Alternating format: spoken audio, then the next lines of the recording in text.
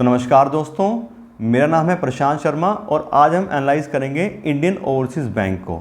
और इस बैंक का हम पूरा डिटेल में फंडामेंटल एनालिसिस करेंगे। सबसे पहले हम बैंक का जो पूरा बिजनेस प्रोफाइल है उसको चेक करेंगे, साथ साथ हम बैंक के इंपॉर्टेंट की रेशियो चेक करेंगे जो हमें हर एक बैंक के चेक करने चाहिए उसकी फाइनेंशियल हेल्थ को चेक करने के लिए।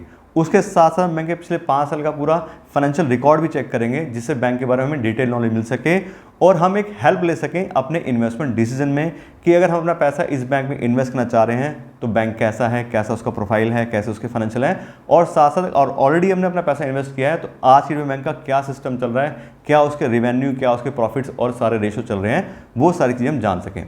दूसरी बात आपको एक और बता दें कि ये जो वीडियो है ये हम अपने सब्सक्राइबर्स की डिमांड पे बना रहे हैं, और अगर आप भी चाहते हैं कि हम किसी कंपनी या बैंक का एनालिसिस आपके लिए करें तो हमारे वीडियो के कमेंट बॉक्स में आप उस कंपनी का या बैंक का नाम लिख सकते हैं और हम कोशिश करेंगे कि जल्द से जल्द वीडियो बना के आपको उसके बारे में इन्फॉर्मेशन दे दें। और अब हम बात करते हैं अपने बैंक के बारे में, इंडियन ओवरसीज़ बैंक। बात करें तो काफ़ी पुराना बैंक है, 1937 से बैंक चल रहा है। ये पहले एक प्राइवेट बैंक था और 1969 में जब गवर्नमेंट ने पॉलिसी चेंज की थी तो बहुत सारे प्राइवेट बैंक को गवर्नमेंट बैंक में कन्वर्ट किया था, तो ये बैंक भी प्राइवेट से गवर्नमेंट बैंक में कन्वर्ट हो गया था 1969 में, और आज के बैंक गवर्नमेंट बैंक है। बात करें पूरे बैंक के ब्रांच नेटवर्क की तो क्योंकि पुराना बैंक है तो अच्छे से बैंक स्टैब्लिश हो चुका है, पूरे पैन इंडिया में प्रेजेंस है। नंबर्स की बात करें 3226 ब्रांचेज़ हैं, 3516 ATMs है बैंक के पास में और 4886 बिजनेस सेंटर हैं, और काफ़ी अच्छे से जो ब्रांचेज़ और ATM है वो भी डिस्ट्रीब्यूटेड हैं। बात करें ब्रांचेस की तो मेट्रो सिटीज़ में 22% ब्रांचेस हैं, अर्बन एरियाज़ में 20% ब्रांचेस हैं, सेमी अर्बन में 30% और रूरल एरिया में 28%। तो लगभग 60% के आसपास तो रूरल और सेमी अर्बन में है, और वहाँ से ही जो बात करें बैंक को तो ज़्यादातर बिजनेस आता है। उसके बात करें बैंक के अभी करंट बिजनेस प्रोफाइल की और बैंक के जो परफॉर्मेंस हाईलाइट्स किए उसके हिसाब से, तो बैंक के जो भी रिजल्ट्स आए हैं Q3 के दिसंबर 2023 में, उसके हिसाब से चेक करें तो बैंक का जो टोटल बिजनेस आ रहा है आज की डेट में वो आ रहा है 4,94,000 करोड़ का, जिसमें से बैंक के पास टोटल डिपॉजिट हैं 2,78,000 करोड़ के, और बैंक ने जो लोन और एडवांसेस दिए हैं वो हैं 2,16,000 करोड़ के। बात करें तो जो डिपॉजिट हैं उसमें से 43.49% का बैंक का कासा रेशो है। कासा मतलब करंट अकाउंट और सेविंग अकाउंट से जो पैसा बैंक के पास में आया है वो 43% के आसपास है, तो ये अच्छा नंबर है। अब कासा किसी बैंक का अगर अच्छा होता है तो हमें क्लियर पता लगता है कि बैंक को सस्ता पैसा मिल रहा है, क्योंकि जो लोग अपना पैसा डिपॉजिट करते हैं बैंक में, करंट अकाउंट में, सेविंग अकाउंट में, तो करंट अकाउंट में तो कोई पैसा इंटरेस्ट बैंक को देना ही नहीं होता, सेविंग अकाउंट में बहुत कम पैसा जाता है, लेकिन बात करें तो टर्म डिपॉजिट या FD खोलते हैं उसमें ज़्यादा इंटरेस्ट देना पड़ता है। तो FD का जो इंटरेस्ट है वो हायर पड़ता है बैंक को, लेकिन कासा का जो परसेंटेज है वो काफ़ी कम पड़ता है, और इससे बैंक की प्रॉफिटेबिलिटी इंक्रीज होती है, क्योंकि कम रेट ऑफ इंटरेस्ट पैसा उसको मिल रहा है। बैंक का क्या काम है कि लोगों से पैसा लेना और आगे उसको लोन पे देना दूसरे लोगों को। तो अगर बैंक को सस्ता पैसा मिल रहा है और आगे वो हायर रेट ऑफ इंटरेस्ट पे दे रहेगा तो उसका इंटरेस्ट मार्जिन बढ़ जाएगा, उसकी प्रॉफिटेबिलिटी बढ़ जाएगी। और अगला यही रेशो है, आप देखें तो नेट इंटरेस्ट मार्जिन बैंक का आ रहा है 3.12% का, और ये अच्छा नंबर है। 3% में देखने में लग रहा है, लेकिन बात करें क्योंकि ये रूरल एरिया में ज़्यादातर बैंक काम करते हैं और सरकारी बैंक का आपने वैसे भी देखा होगा तो रेट ऑफ इंटरेस्ट कम रहता है लोन का खास करके। तो बैंक की बात करें तो SBI, PNB, इस तरह के सारे बैंक जो इनका 3-3.25% के आसपास ही आप देखें तो नेट इंटरेस्ट मार्जिन रहता है। तो इस बैंक की बात करें तो ये इंटरेस्ट मार्जिन भी अच्छा है। उसके बात करें बैंक की एसेट क्वालिटी की, तो बैंक का जो करंट डेटा है उसके हिसाब से बैंक के जो ग्रॉस NPA आ रहे हैं वो आ रहे हैं 8,441 करोड़ के, नेट NPA है 1,303 करोड़ के। बात करें परसेंटेज टर्म में तो ग्रॉस NPA परसेंटेज है 3.90% और नेट NPA है 0.62%। बात करें तो कंट्रोल्ड NPA बैंक के, बहुत ज़्यादा NPA नहीं है, ग्रॉस NPA थोड़ा सा हायर साइड में है, लेकिन फिर भी देखें तो नेट NPA काफ़ी अच्छे से कंट्रोल दिखाई दे रहे हैं। बात करें PCR की, PCR मतलब प्रोविजनिंग कवरेज रेशो, ये है 96.85%। ये रेशो में ये बताता है कि बैंक के जो ग्रॉस NPA हैं उनको कवर करने के लिए कितना पैसा उसके पास अवेलेबल है। ऐसा तो नहीं कि सारा पैसा उसका लॉस में चला जाए और बैंक को जो है कैपिटल वापस तो मिल ही रही है, साथ साथ और पैसा भी ना हो तो दिक्कत हो। तो ये जो प्रोविज़न है ये 96% का मतलब है कि जो NPA हैं उसको कवर करेंगे, और आप देखोगे तो इसलिए नेट NPA ग्रॉस NPA काफ़ी ज़्यादा डिफरेंस है। तो जो नेट NPA हमें दिखाई दे रहे हैं कम, वो इस PCR की वजह से दिखाई दे रहे हैं कि 96.85% का PCR है। अगर ये PCR कम होता तो उतने ज़्यादा बैंक के नेट NPA इंक्रीज हो जाते, क्योंकि पैसा तो रिकवर हो भी नहीं रहा और साथ साथ प्रोविज़न भी बैंक के पास नहीं है, तो नेट NPA काफ़ी ज़्यादा इंक्रीज हो जाते हैं। तो PCR अच्छा होना भी इंपॉर्टेंट है। साथ साथ मैं आपको इसकी जो रेशो चेक कर रहे हैं उसकी इंपॉर्टेंस भी इसलिए बता रहा हूँ कि आप खुद से चाहें तो आप भी चेक कर सकते किसी बैंक के फाइनेंशियल हेल्थ के बारे में, और इसके लिए मैंने ऑलरेडी एक डिटेल वीडियो अपने चैनल पे बनाई है कि आप कौन कौन से रेशियो जो बैंक है आप खुद से चेक कर सकते हैं और कहाँ से आपको उसका डेटा मिलेगा, तो वो भी आप देख सकते हैं।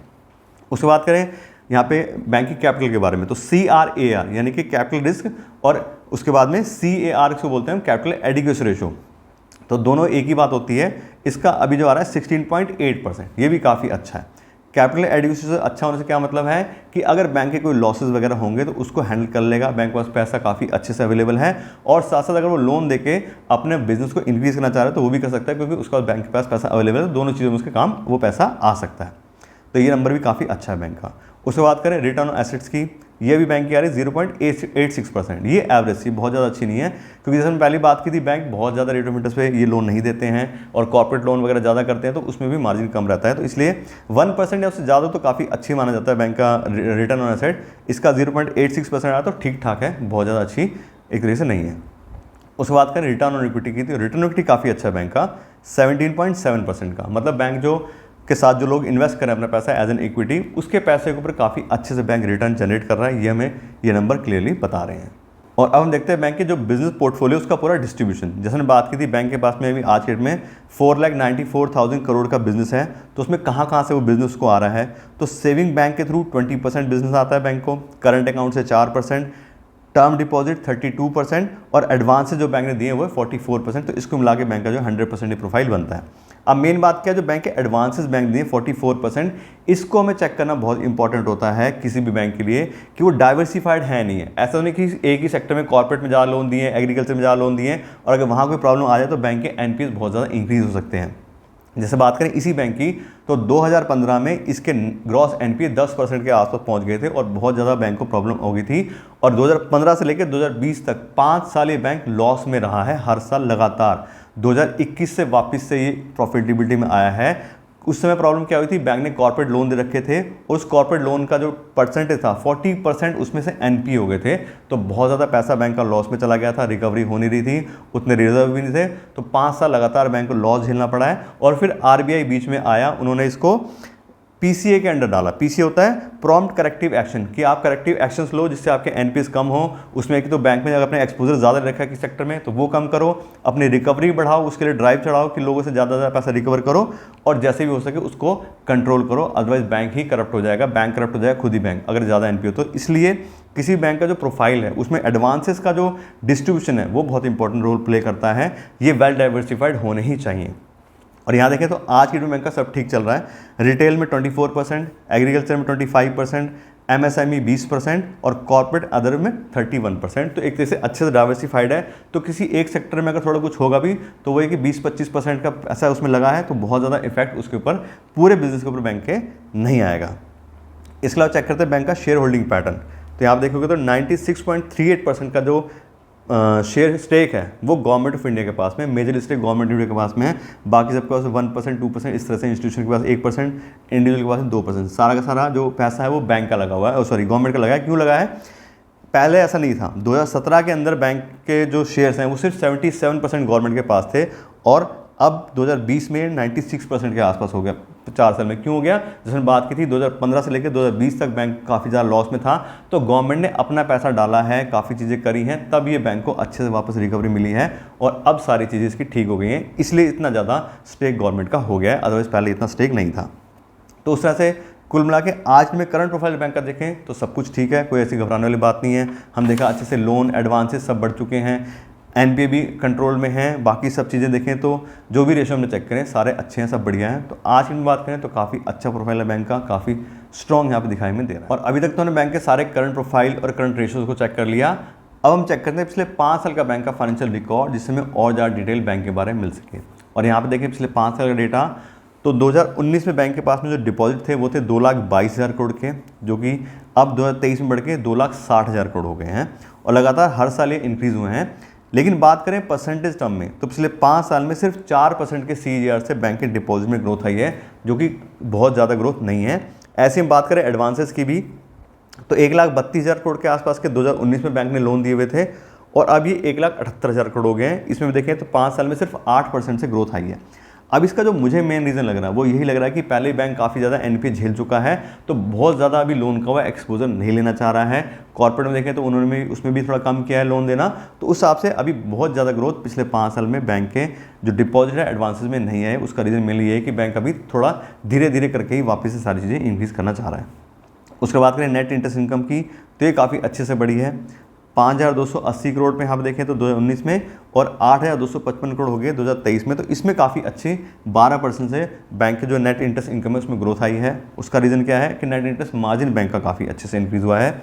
यहाँ देखें नेट इंटरेस्ट मार्जिन तो 2019 में 2.29% था और अब 2023 में बढ़ के 2.82% हो गया। तो नेट इंटरेस्ट मार्जिन बैंक का इंक्रीज़ हुआ है, इसलिए उसकी इनकम भी इंक्रीज़ हो गई है। फिर बात करें नेट प्रॉफिट की, तो 2019 और 2020 यहाँ पे आप देख रहे हो लॉस था 3700 करोड़ का 2019 में और 8,500 करोड़ का 2020 में। और क्योंकि ये तो सिर्फ 5 साल का डेटा है, अगर हम 10 साल का डेटा चेक करेंगे तो 2015 से लेकर 2020 तक लगातार पिछले 5 साल बैंक जो लॉस में गया है, और अब वापस से रिकवरी आई है 2021, फिर 22, फिर 23। अब काफ़ी अच्छे से 2,2100 करोड़ के आसपास बैंक का प्रॉफिट आ गया है। तो इसमें पहली बात की थी कि अब सब चीज़ें ठीक हो चुकी हैं, लेकिन पुराना रिकॉर्ड देखें तो एक बार बैंक को बड़ा तगड़ा झटका ऑलरेडी लग चुका है। फिर बात करें एनपीए परसेंटेज की, तो आप देखो नेट एनपीए ही 10.81% के आ रहे हैं 2019 के अंदर। फिर 2020 में कम हुए 5.44%, 3.58% और अब 2023 में 1.83% आ गए। तो इसमें बात की थी कि एनपीए का बहुत बड़ा रोल होता है किसी बैंक के अंदर। ज़्यादा बैंक के एनपीए होंगे उतनी ज़्यादा उसके इंटरेस्ट भी लॉस होगा, कैपिटल भी लॉस होगा, तो बहुत ज़्यादा प्रॉब्लम बैंक आ सकता है। और 10.81% का 2019 में आप देख रहे हो एनपीए था, तो ये तो 2019 की बात है। 2015 से बैंक प्रॉब्लम चल रही थी। तो कुल मिला देखें तो अब काफ़ी अच्छे से बैंक रिकवर कर चुका है, लेकिन एक बैंक का बहुत बड़ा नेगेटिव पॉइंट हमें ऑलरेडी पता लग चुका है कि बैंक एक काफ़ी झटका ले चुका है, क्योंकि गवर्नमेंट बैंक था तो गवर्नमेंट ने पैसा लगाया, सब चीज़ें ठीक करी, तो वापस से अच्छे से सब चीज़ें रिकवर हो गई। लेकिन ज़रूरी नहीं है कि हर बैंक को एक फैसिलिटी मिले या हर बैंक इस चीज़ में निकल के आ जाए। इसीलिए हम बात करते हैं कि किसी भी एक कंपनी में, एक बैंक में हमें ज़्यादा एक्सपोजर अपना भी नहीं लेना चाहिए। बात की बैंक का बिजनेस डाइवर्सिफाइड होना चाहिए, तो हमारा पोर्टफोलियो भी डाइवर्सिफाइड होना चाहिए कि ठीक है अगर कंपनी डूब भी गई, कुछ हो गया, तो अगर हमारा उसमें 2, 4, 5% तक का मैक्सिमम एक्सपोजर है तो उतना ही परसेंटेज की दिक्कत होगी, बाकी हमारा 95% पैसा ठीक रहेगा। ये उस पोर्टफोलियो से हमें फ़ायदा मिल सकता है अगर हमारा पोर्टफोलियो डाइवर्सिफाइड है। तो अब बात करें इस बैंक की, तो कुल मिला देखें तो ठीक ठाक फाइनेंशियल है, वीक फाइनेंशियल बल्कि हम इसको कहें तो ठीक है, क्योंकि लॉस भी बीच में आ गया 2 साल में और अभी बहुत ज़्यादा बैंक में ग्रोथ भी नहीं आ रही है, और एनपीएस भी अभी एक तरीके से हायर साइड पे चल रहे हैं। अभी हम देखा तो जो ग्रॉस एनपीए वो भी अभी 3% के आसपास चल रहे हैं। तो कुल मिला बात करें तो ठीक ठाक फाइनेंशियल है, बहुत ज़्यादा एक्स्ट्राऑर्डिनरी फाइनेंशियल बैंक के नहीं है। उसके अलावा अब हम बात करते हैं बैंक के शेयर प्राइस के बारे में। तो अभी जो बैंक का शेयर प्राइस चल रहा है वो 68 रुपीज़ के आसपास बैंक के शेयर ट्रेड हो रहे हैं। और बात करें तो पिछले 1 साल में बैंक के शेयर प्राइस में काफ़ी अच्छी ग्रोथ आई है। जिसमें बात की थी ऑलरेडी प्रॉफिट बढ़ गया है, पहले 1700 करोड़ 2021 करोड़ हो गया 2023 में, तो काफ़ी अच्छे से 1 साल में बैंक का शेयर प्राइस इंक्रीज होगा, क्योंकि सबको होप आ गई कि वापस से सब चीज़ें ठीक हो रही हैं, तो बैंक का आने वाले टाइम में और अच्छे से प्रॉफिट इंक्रीज होगा और शेयर प्राइस भी इंक्रीज होगा। तो 150% शेयर बढ़ा है पिछले 1 साल में। बात करें तो 2 मई 2023 को बैंक का जो शेयर प्राइस था वो था 26 रुपये, और अब यही सेम मई चल रहा है तो 68 रुपीज़ हो गया। ऐसी बात करें पिछले 5 साल में, तो पिछले 5 साल में 400% की ग्रोथ आई है। मई 2019 में कोई वो तो उस समय प्रॉब्लम चली थी बैंक के अंदर, उस समय 14 रुपये का शेयर था और अब वापस 70 रुपये के आसपास गया, तो 5 गुना शेयर हो गया, क्योंकि 2019 में प्रॉब्लम चली थी तो लोग वैसे भी उस समय पैसा इन्वेस्ट करने वाले थे नहीं। तो इस तरह से क्या होता है कि अगर बहुत ज़्यादा प्रॉब्लम बैंक में या किसी भी कंपनी में आती है तो शेयर तो डाउन होते हैं, लेकिन जब वो रिकवर हो जाते हैं तब उसका कई बार लोगों का टाइम निकल जाता है कि उसमें इन्वेस्ट नहीं कर पाते। तो उस समय वही बात है कि अगर थोड़ा बहुत पैसा रिस्क में लोग डाल देते तो काफ़ी अच्छे से आज उनको रिटर्न मिल गया, जिन लोगों ने होल्ड किए थे उनको भी अच्छे से रिटर्न मिल गया है।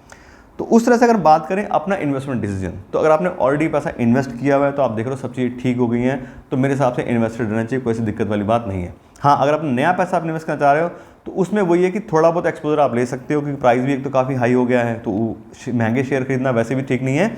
और ऑलरेडी अगर बात करें तो पहले बैंक को प्रॉब्लम आ चुकी है, तो कम रेट ऑफ इंटरेस्ट है उस पर ही कम शेयर पर मिले तो ही हम देखेंगे। अगर थोड़ा करेक्शन वगैरह और इसमें आता है तब इसमें थोड़ा इन्वेस्टमेंट आप कर सकते हो, अदरवाइज अभी तो मेरे हिसाब से कुछ खास इसमें दम मुझे नहीं लग रहा है कि हमें इसमें अपना पैसा जो नया पैसा है वो इन्वेस्ट करना चाहिए। तो इस तरह से बात करें तो ये सारा जो भी था ये सब मेरा पर्सनल ओपिनियन था। मेरी तरफ से कोई रिकमेंडेशन नहीं है कि आपको इसमें पैसा इन्वेस्ट करना है, नहीं करना है, या फिर आपको एग्जिट करना है। आप अपने हिसाब से देखिए, अपना होमवर्क कीजिए और फिर आप डिसीजन लीजिए कि आपको इस बैंक के साथ में क्या इन्वेस्टमेंट डिसीजन लेना है। लेकिन बात करें तो कुल मिला के बैंक के बारे में सारे नेगेटिव सारे पॉजिटिव पॉइंट आपको बता दिए हैं। आशा करते हैं आपको वीडियो अच्छी लगी होगी। अगर आपको वीडियो अच्छी लगी हो तो उसको लाइक और शेयर जरूर कीजिएगा, और साथ साथ अगर आप मेरे चैनल पर नए हैं तो मेरे चैनल को भी सब्सक्राइब कर लीजिएगा। Thank you so much.